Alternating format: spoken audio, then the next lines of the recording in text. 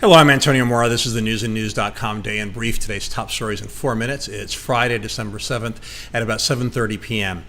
Even by the standards of the Trump administration, the turmoil in American politics reached almost breathtaking new levels today.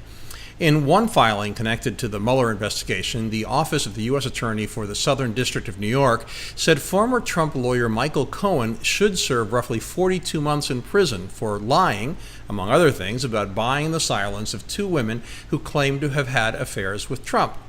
Separately, in a filing before the same federal judge in New York, Special Counsel Mueller credited Cohen for providing information that was, quote, ultimately credible and useful to the ongoing Russia investigation. Mueller said he was not taking a position on what Cohen's sentence should be, but that Cohen was in touch with a Russian who was seeking political synergy with the campaign. Trump responded with a simple tweet claiming, "Totally clears the president. Thank you."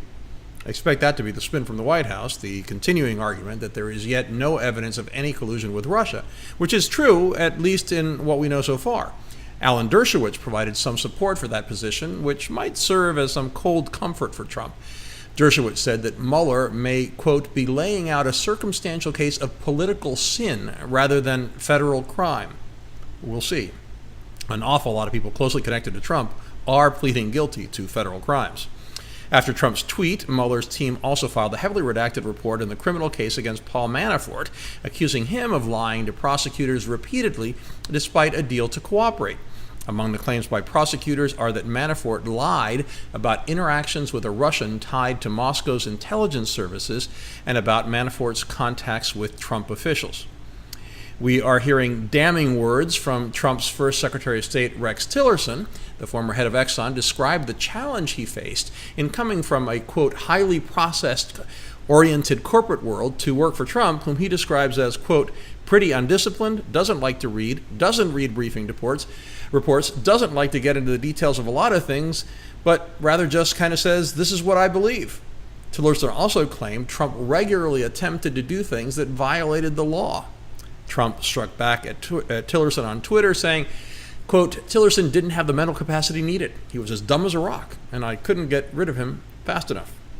Getting a sense of what kind of day it was? I'm not even close to being finished.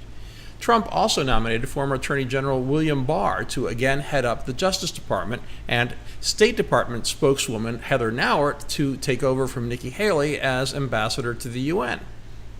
Predictably, Nancy Pelosi called Barr's nomination another in the pattern of Trump, quote, installing partisan hacks in the highest reaches of our government who will happily do his bidding.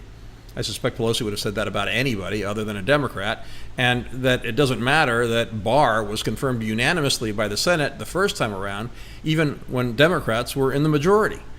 Chuck Schumer was more specific, arguing that in order to be confirmed, Barr must commit to allow the Mueller probe to continue unimpeded and to make the findings public. Democrats also attacked former Fox News TV anchor Nauert, saying she is not qualified for the job. But the job itself may be somewhat diminished. Reports are that Secretary of State Pompeo and National Security Advisor Bolton want to take away the cabinet rank for the position, something that would consolidate their power over U.S. foreign relations.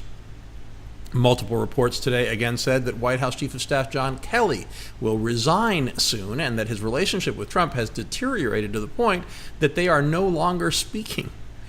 Reports of Kelly's demise have been greatly exaggerated in the past, but these seem to have more substance. Other reports indicate that Kelly is among the White House officials interviewed by Mueller's team about obstruction of justice. Maybe for the first time in his presidency, Trump could be waking up to the fact that chaos at the White House and confusion in the administration's messaging could be responsible for the stock market's wild fluctuations. Global stocks were generally up Friday in Asia, Europe, and the U.S. this morning, despite Wall Street's steep losses on Thursday. A weaker than expected jobs report encouraged investors, increasing expectations that the Federal Reserve would slow its interest rate hikes.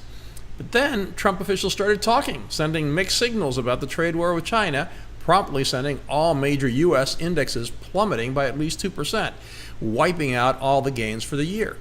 Yesterday, markets plunged even more when Trump tweeted that he was a tariff man. Reports are that Trump is glued to the market's moves and wondering whether he's to blame. That would be a first.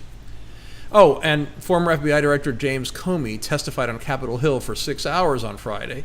We should know what he said when a transcript is released on Saturday. There was lots of other news today, but after all that, I'm exhausted. You probably are too, and I'm out of time. You can find all the news, however, updated around the clock 7 days a week on newsandnews.com, where you'll find all you need to know in one place.